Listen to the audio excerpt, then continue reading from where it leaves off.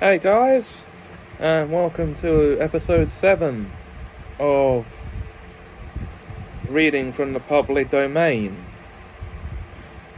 We are now up to chapter 7 of The Wonderful Wizard of Oz by Frank Baum, and that is, of course, The Journey to the Great Oz. Here we go. They were obliged to camp out that night under a large tree in the forest, for there were no houses near. The tree made a good thick covering to protect them from the dew, and the Tin Woodman chopped a great pile of wood with his axe, and Dorothy built a splendid fire that warmed her and made her feel less lonely.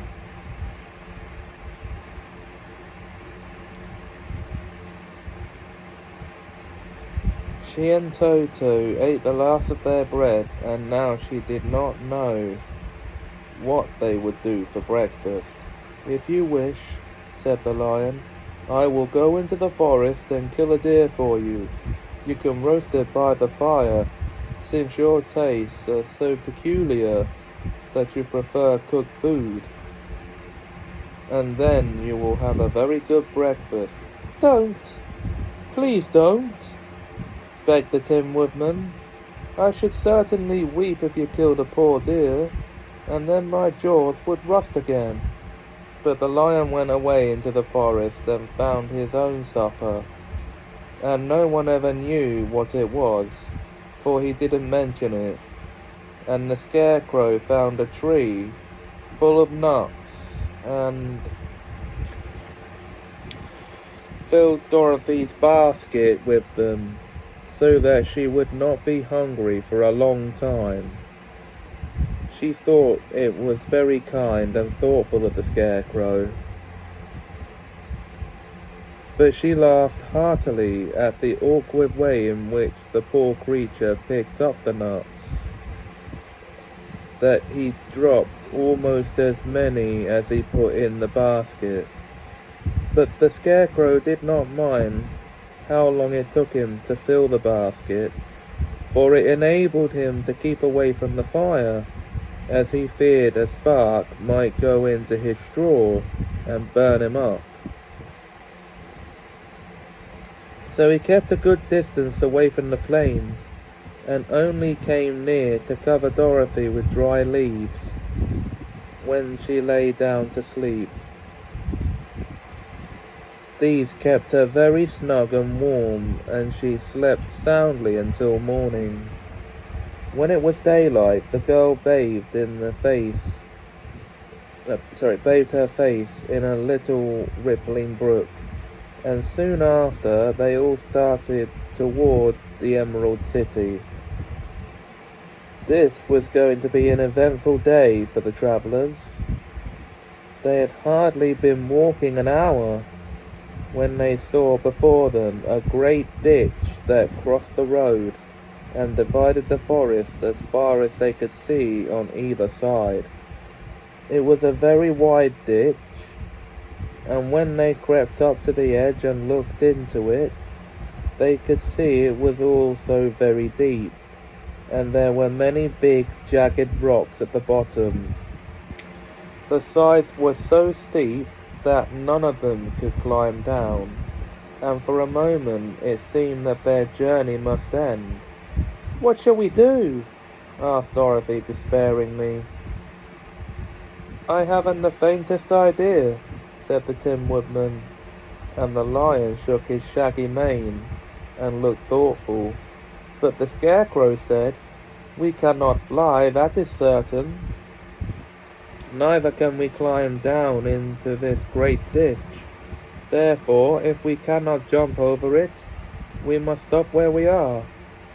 "I think I could jump over it," said the Cowardly Lion, after measuring the distance carefully in his mind. "Then we are all right," answered the Scarecrow, "for you can carry us all over on your back one at a time." "Well, I'll try it," said the Lion. "Who will go first?" "I will," declared the Scarecrow.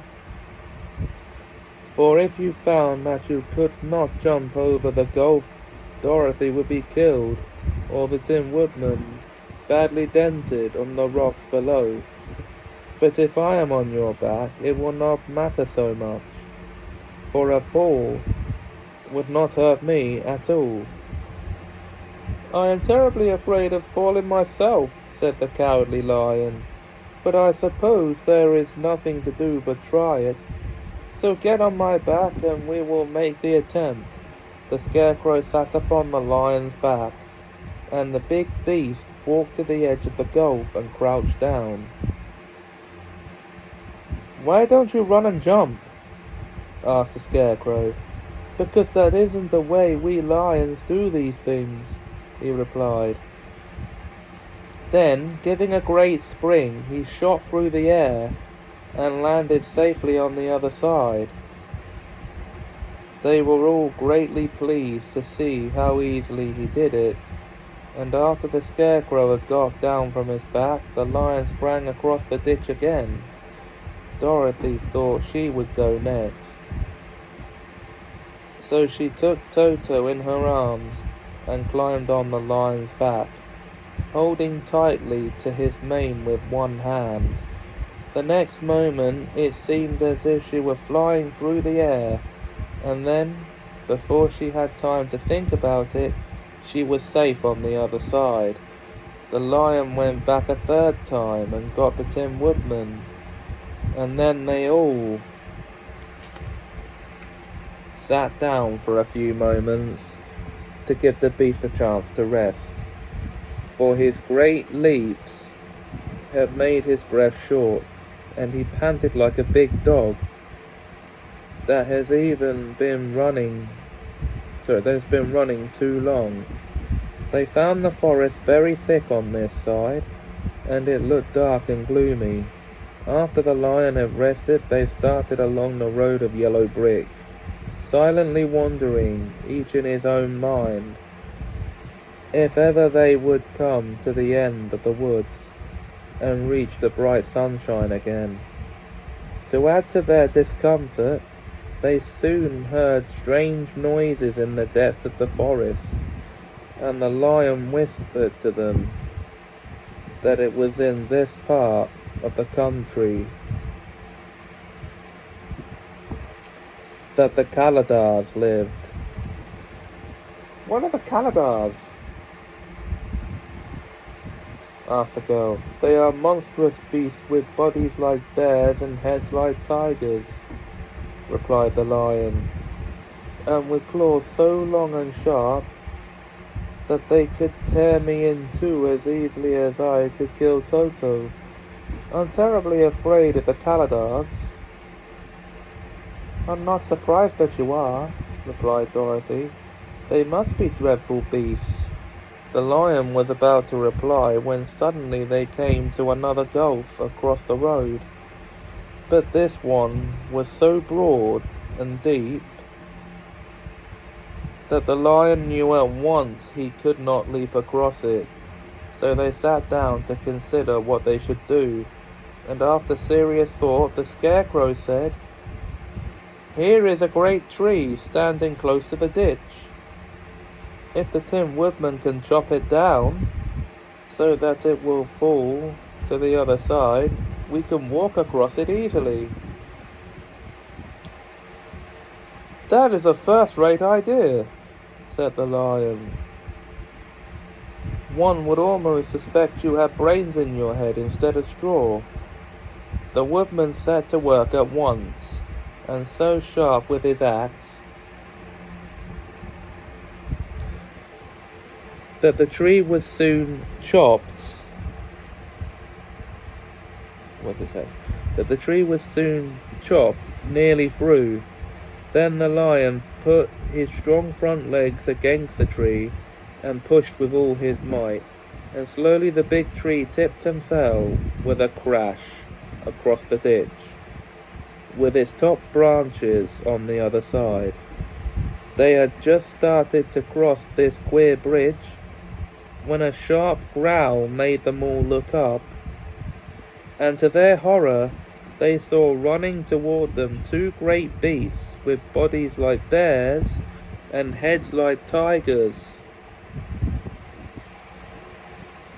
"They are the Kalidars," said the Cowardly Lion, beginning to tremble. "Quick!" cried the Scarecrow. "Let us cross over!" So Dorothy went first, holding Toto in her arms. The Tin Woodman followed, and the Scarecrow came next. The Lion, although he was certainly afraid, turned to face the Kalidars, and then he gave a loud and terrible... gave so loud and terrible a roar that Dorothy screamed and the Scarecrow fell over backward, while even the fierce beast stopped short and looked at him in surprise.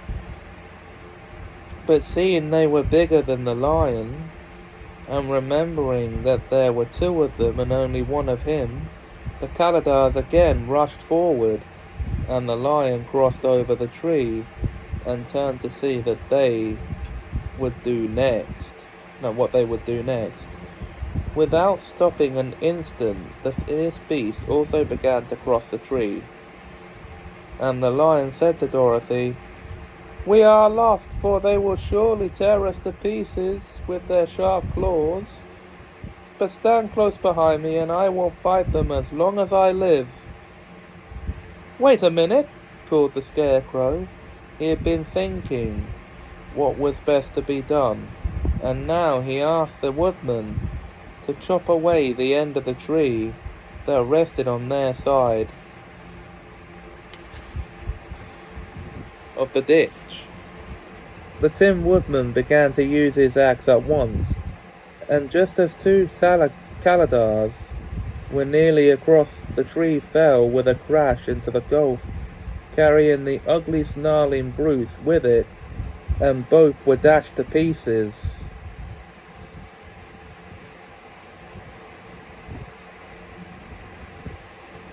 On the sharp rocks at the bottom.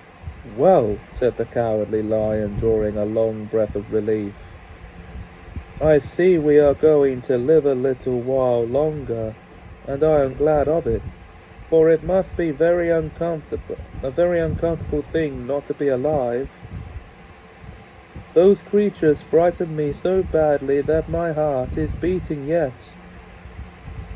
"Ah," said the Tin Woodman sadly, "I wish I had a heart to beat." This adventure made the travelers more anxious than ever to get out of the forest, and they walked so fast that Dorothy became tired and had to ride on the Lion's back. To their great joy, the trees became thinner and farther away the farther they advanced, and in the afternoon they suddenly came upon a broad river flowing swiftly just before them. On the other side of the water, they could see the road of yellow brick running through a beautiful country with green meadows, dotted with bright flowers, and all the road bordered with trees hanging full of delicious fruits.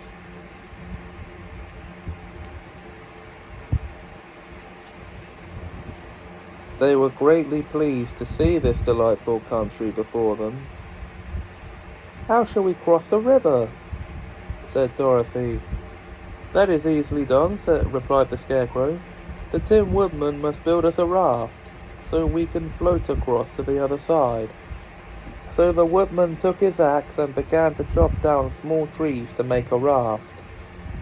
And while he was busy at this, the Scarecrow found on the riverbank a tree full of fine fruit. This pleased Dorothy, who had eaten nothing but nuts all day, and she made a hearty meal of the ripe fruit.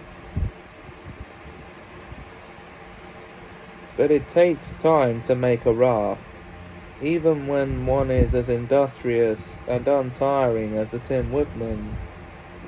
And when night came, the work was not done.